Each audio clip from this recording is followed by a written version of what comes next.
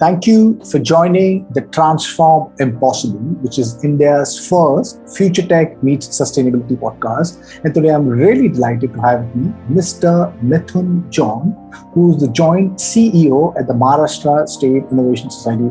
This podcast is designed with the intention to spread awareness about fourth industrial revolution and all the technology and what it's going to do to enterprise and consumers. So really appreciate you taking time and being part of the conversation. So would you like to kind of give a brief introduction on who you are, then we can move on? Sure, Eddie. First of all, I'd like to thank you for giving us this opportunity to use this platform to reach out to the ones who are registered with you.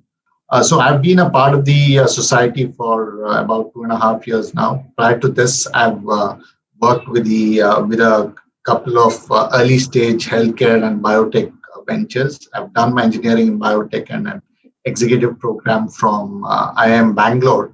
And just to give you an idea about the State Innovation Society, we are the nodal agency of the government of Maharashtra to support startups in the state.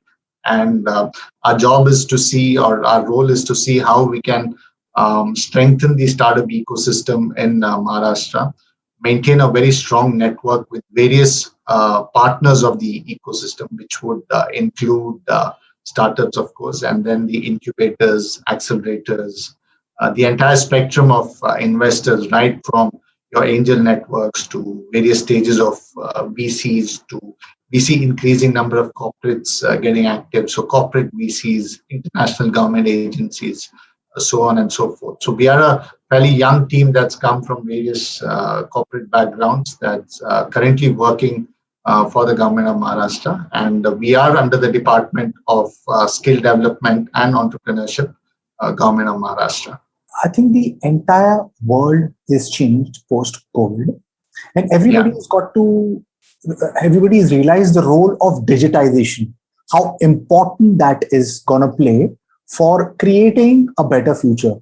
And the startup community, I think, is playing a huge role. But somehow over the years, there's been lack of a support, a cohesive ecosystem to support the young startups, because there are some fantastic startups in the country, but there has always been a lack of support from the funding ecosystem, from the industry support, and so on and so forth. So would you like to kind of give us and my audience a little bit more detail about when was Maharashtra State Innovation Society incepted and what's the vision ahead? Sure, Eddie. So there's been a lot of thrust from the government when it comes to supporting the startup ecosystem. And I'm not just talking for Maharashtra. I will get into details of what we are doing and what our plans are. But even if you look at it pan-India, Startup India and Invest India, who are the central government agencies to support the startup ecosystem, have been doing a lot of work to strengthen the ecosystem at large, not just in terms of regulatory aspects, but also to make funding available. Now, one noticeable change that we have seen over the last 5 years, most states in India, and at last count, I think it was about 29 or 30, have a specific nodal agency in place to support startups. So just like Maharashtra State Innovation Society is the nodal agency for the state of Maharashtra, very similar to that, you have states like Telangana, Gujarat, Assam, and I was very impressed. Even Andaman and Nicobar Islands also has got a dedicated nodal agency. So from that perspective, I mean, it's a great sign that the government in each of these states is backing up the startup ecosystem. And from a funding perspective, if you look at the central government, they have made available a lot of venture funds, fund of funds through the city, where there is a commitment of deploying about 10,000 crores through various venture partners. Even at the state level, there's a lot of intent to have venture funds available, where the government has put in place risk capital to support startups. If you look at Maharashtra itself, as we speak, we have about 3 venture funds already in place. The plans are on for a 4th early stage fund. The 3 funds that we currently have is number 1, a social venture fund that's managed by SIDBI. Number two is a defense and aerospace fund, which, if you can imagine, is a very niche area, but that's close to a 300 crore fund. Again, that one's managed by IDBI. There's a third fund that's largely to support MSME and micro entrepreneurs, especially from the backward classes. So, as we speak, we are in talks with our department to launch a fourth fund, which would focus on early stage startups in sectors where the government is a key stakeholder. So we are talking of sectors like agriculture, healthcare, smart infra, mobility, education, so on and so on. The only way forward for not just the state, but the entire nation to progress is when you understand that innovation is the only way for creating a sustainable and thriving future forward. The state of Telangana, then there's Bangalore, those have been doing some really, really interesting things when it comes to creating a startup ecosystem. And they've done it in a very, very short time. What makes MSINS unique? We try and learn from what the others are doing. We interact very regularly with the team from Kerala, Gujarat, Karnataka, Punjab. So there's a lot of healthy collaboration that each of the states have between each other in all this. So that's one thing that I think the central agents, the team at Invest India has done very well in terms of bringing in that ranking framework. So there's that incentivization of a very good performance. But over the last couple of years, the team has put in a lot of efforts to roll out various initiatives. And given the backing of the great leadership that we have, we were able to jump up a few spots when it came to the Startup India ranking this year. And we were under the leaders category. Of course, there's a lot more we can do to end up on top. And as we speak, the work is on. So one thing that clearly stands out is the Startup Week that we organize, which is an annual platform that we have. And if you look at across India, one major issue that's faced by startups is in terms of public procurement. How governments onboard startups, or how do they give work orders, or how do they give a commercial order to startups. In the Startup Week, which is an annual event that we have, we identified 24 unique startups from not just Maharashtra, but across India. And we give them a government work order for 15 lakhs each. So the idea is we provide a platform for a paid pilot for 24 startups with various departments within the government of Maharashtra. Now, if you look at the sectors that these startups would fall under, again, all key sectors where the government is a stakeholder. So agri, healthcare, smart infra, mobility, governance, sustainability, education, skilling. So everywhere, the government is also a very large prospective buyer or a customer when it comes to these sectors.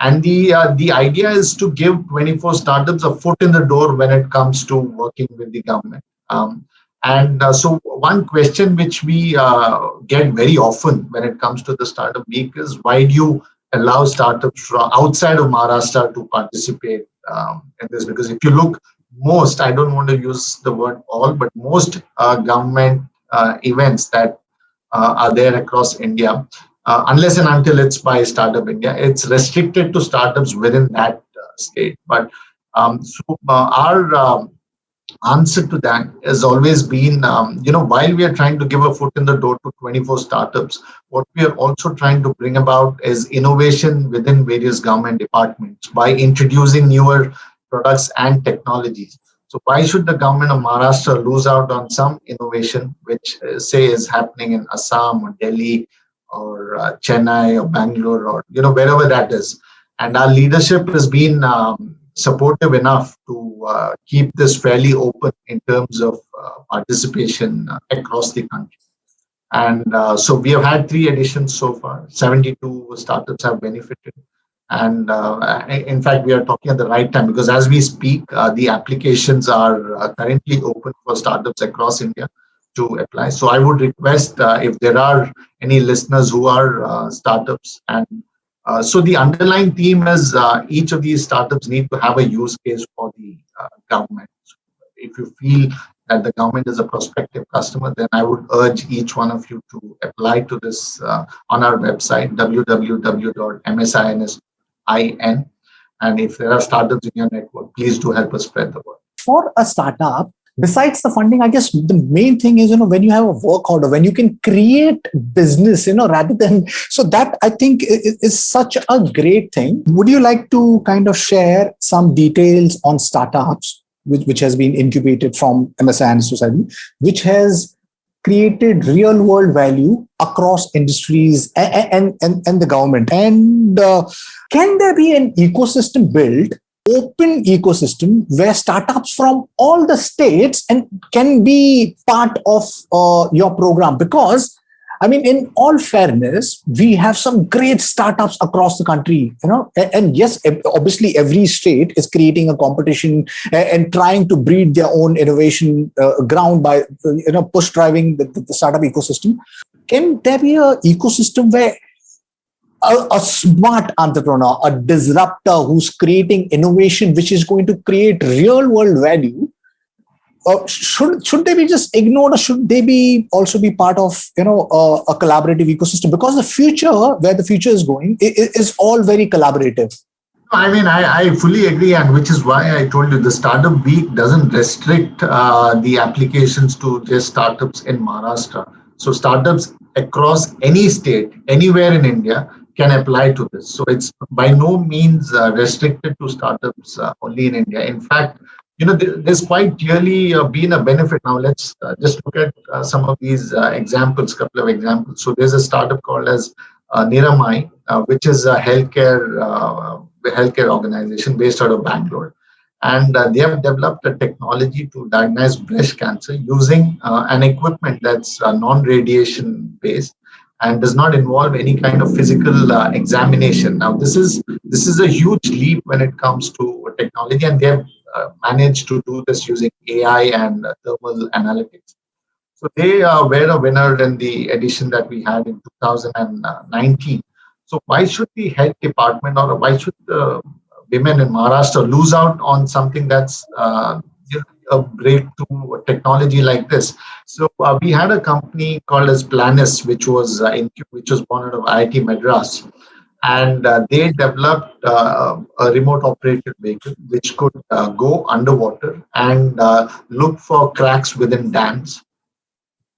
Yeah, and so we took it to the water department, government of Maharashtra, and we told them that this is the winner of the Startup Week, and they were so impressed with the kind of work that was being done by Planis. So while our work order was about 15 lakhs, they were able to top it up. They said, this is a project that we have been wanting to do, but we didn't know the right partner.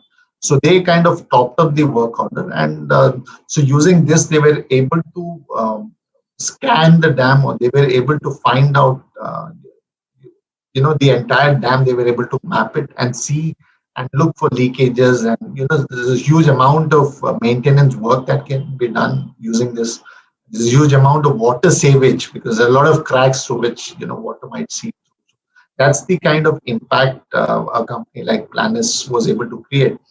They are a company that's heavily dependent on the government as a customer. So a lot of projects came their way, because of this pilot that they did with government of Maharashtra. So that's one prime example of why we have kept it fairly open to startups across India, and a great startup where they were able to work closely with our health department. Lovely. How cool is that? We're getting into a world where technology, I think, in the next few years is going to completely transform mankind. And you mentioned about artificial intelligence. You mentioned about a remote operated vehicle.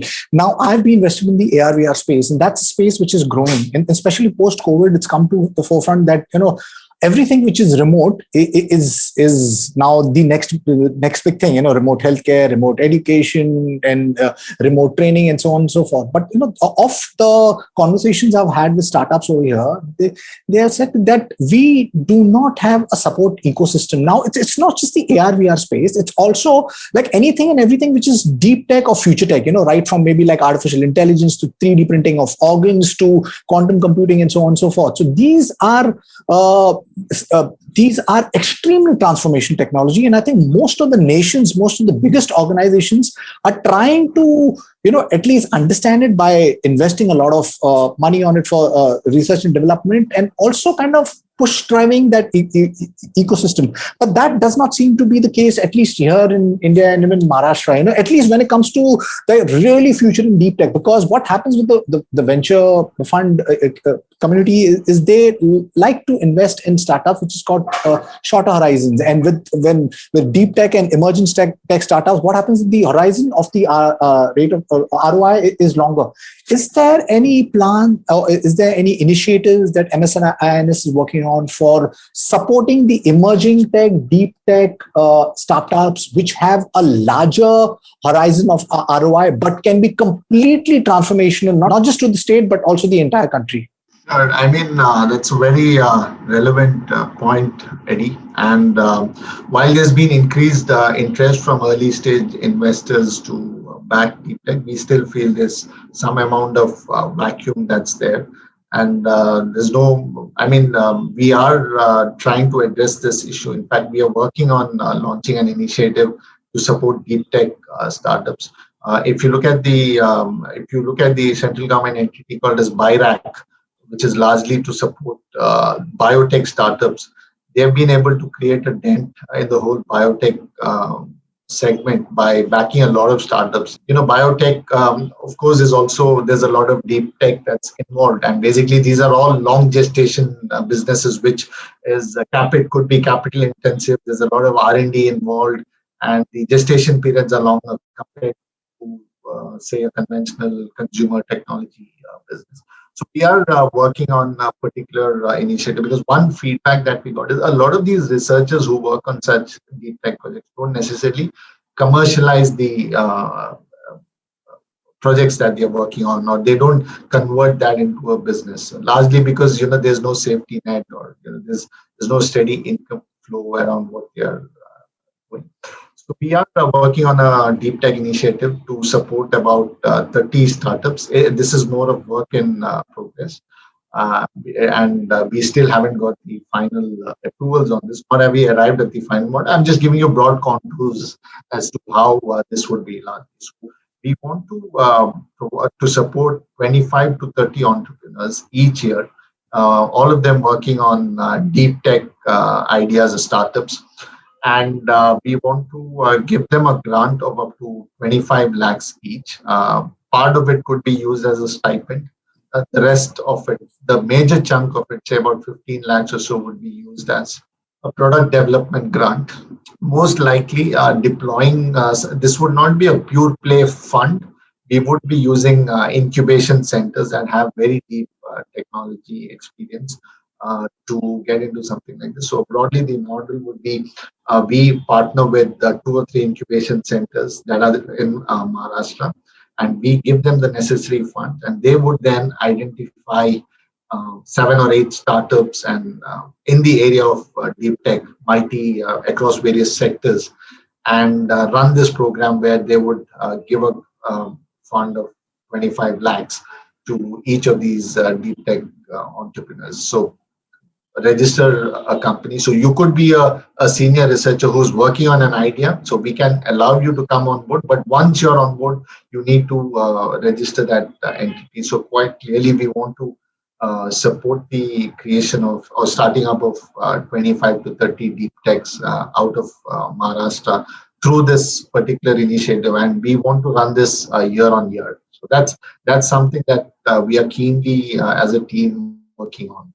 Lovely. I think that's a brilliant initiative because I guess we need to push onto the future because the future is coming really faster than our imagination. It's largely these exponential tech, because it's artificial intelligence, IoT, blockchain, and so on and so forth. And once it all comes together and it's all converging, and once it converges, I guess, there's going to be deep transformation across industries as well as consumers. You've been involved in biotech, and I guess that's a space which is completely going to change. So far the health industry has been very reactive. With biotech, it can get proactive. We're just kind of figuring out the source code of life, genetic engineering, and so on and so forth. And this could be the roadmap of possibly maybe in the next few decades to completely take off diseases out of the ecosystem. So that's the potential of. Let's look at something like haystack analytics, which is a deep tech biotechnology started into genome sequencing. So, just what you mentioned about. So they are trying to address the whole issue of multi-drug resistance in tuberculosis, which has been a burning issue, not just for Maharashtra, but across the country. So we actually funded their first pilot for 100 samples, through the Startup Week.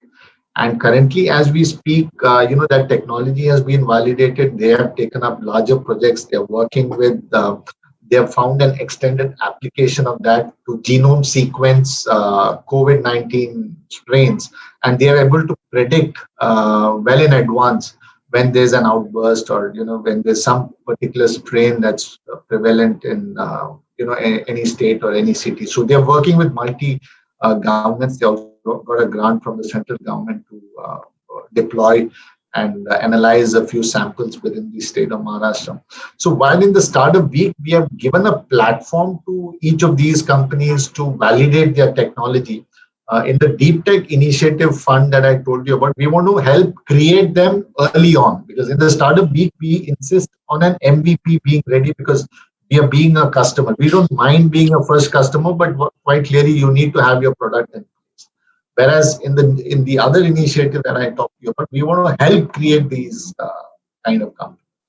Right. How cool is that? Because I guess we need to support or disruptive entrepreneurs because they are the ones who will possibly chart out or tomorrow, or future. And tell me, I mean, is this restricted only for Maharashtra and cities, or is this open for or rural areas also, because that somehow at times gets missed out? And of course, most of the time, I mean, we kind of look at the lens only with cities. And is there any initiative for women entrepreneurs? Because there is a growing number of women entrepreneurs right now, but they're still there. It needs to be kind of created. We need a diverse and inclusive ecosystem. So is there anything that you're doing? When you're the government's nodal agency, we need to take a more holistic approach. And like you rightly pointed out, there's a lot of interesting ideas or startups that are coming from the smaller cities or towns. And so it's been our focus to create a holistic ecosystem across the state. So we have one of our largest projects, in fact, where we have committed close to 100 crores, is to set up incubation centers across the state. So between Mumbai and Pune, we have about 4 of them. The rest of the 13 are spread across the state. And the idea is to provide access and the necessary infrastructure to early stage entrepreneurs. Most of these incubation centers are in universities across the state. And our commitment to each of these 17 is to give them a grant of 5 crores over a period of 5 years. And we have also mandated that 10% of this money or the grant that we give them must be used as seed money for their incubators with a maximum cap of 30%. That way, we are trying to create this infrastructure available to entrepreneurs across the state. Say, for example, we need to host an event in, say, an Amravati or a Jalgaon. They may not have the right access to investors or VCs or mentors that somebody in a Mumbai or Pune would have. So there we work very closely with these teams to see how we can bring them at a level playing field or provide them more access. So we use that network so that we can support these folks that are in tier 2, tier 3 towns. And and see how we can do a lot of capacity building for them. Like for all the incubation centers, we plan to we did take them to mature centers like the one at IIT Bombay or the one at Riddle, which is in KJ Somaya, because there's a lot of peer-to-peer learning Right, also that right. happens when yeah. And we also, in fact, of course, the last 1 year has been a bit slow, but otherwise we have had a lot of international agencies like the innovation agency of the UK government called as Innovate UK. They had come down to take a lot of sessions. So, and we have a lot of other well-known people from the ecosystem who we invite so that we can very constantly have a lot of capacity building exercises for them. Apart from this, we have specific initiatives. So we ran a very interesting one in 2018 called as the Startup Yatra, which was in partnership with Startup India. And there the idea was we went to 14 districts across the state, and we invited anybody and everybody to pitch. You could just have an idea in your mind, but you could come and pitch. The focus was on smaller towns. So, for example, we didn't have this in Mumbai, we didn't have this in Pune. We say, for example, we had it in Baramati. So that was the focus, to move away from the larger towns and provide a platform for our folks in the smaller towns and cities to come and pitch. And it was very interesting because we had folks as young as from 8th standard to up to 60 years of age coming forward to pitch. And so unlike in the startup week, it was not a very rigid criteria that you need to have a product ready. It could be half an idea, but what was important is to make sure, give them that feeling that there's somebody who's there out there to listen to you. So that was in 2018, and last couple of years we have not had it, but now we feel we need to do something like this year on year, and we have seen the progress that these winners have made, and which is why we were convinced that we need to have something like that, create a platform like this on an ongoing basis. I think the internet has democratized knowledge, and it has given the tool.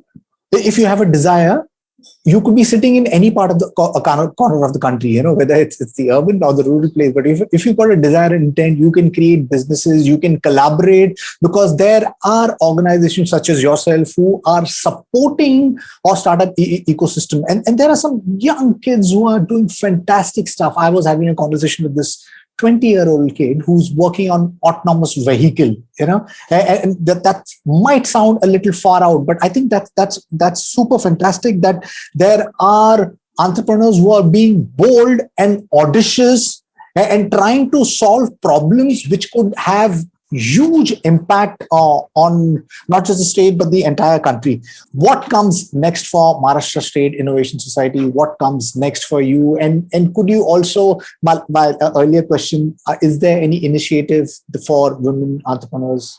So what we are eagerly looking forward to is the launch of the early stage seed fund that I mentioned to you about. So we have sought for the final approvals from the government. So we are hoping sometime later in 2021, we'll be able to launch the seed fund. And of course, the deep tech initiative is very exciting, and I'm sure you also would be looking forward to something like that, because that would be a breakthrough support system.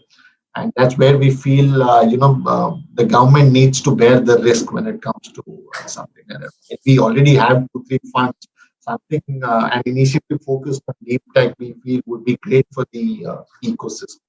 I would say these are a couple of things that we are eagerly looking forward to, and hopefully we should be able to launch this in the next couple of quarters or so. So what happens in the startup week is we identify an innovative product, and then we take it to the government department saying, that we need to pilot this, and the Innovation Society is going to fund for it. What we are trying to do in the Grand Challenge is the exact opposite. So we go to a government department, we source problem statements from them, and then we throw it open to the innovator or the startup ecosystem to look for solutions. So the first one, in fact, very soon would be launched with the Maharashtra Pollution Control Board, wherein they have already given us 3 problem statements that they would want solutions for. So Pollution Control Board has in fact have committed to a grant of or 1 crore to each of these three problem statements. So which means they are committing about 3 crores to pilot each of these startups. And that we feel is a great great progress from where we started. So women entrepreneurship is, of course, a very important aspect. We all believe as a team that there needs to be more diversity within the ecosystem. So in 2020, we formed a team within the Innovation Society, the Women Entrepreneurship Cell, and we have a few colleagues who are driving the initiatives there. The first step in that direction was to set up a women-focused incubation center at SNDT Women's University. So we have committed a grant of about 5 crores to set up that incubation center. We are hoping in the next couple of months, the paperwork is being done from their side. So we are hoping this incubation center will be up and running very soon. Apart from this, we are engaging with a lot of corporates to see if we can run an acceleration program to support women, say about 50 to 20 women founders. And over a period of 3 to 5 years, have a community of such founders that have worked with. And there's also a possibility of a lot of peer-to-peer learning for them.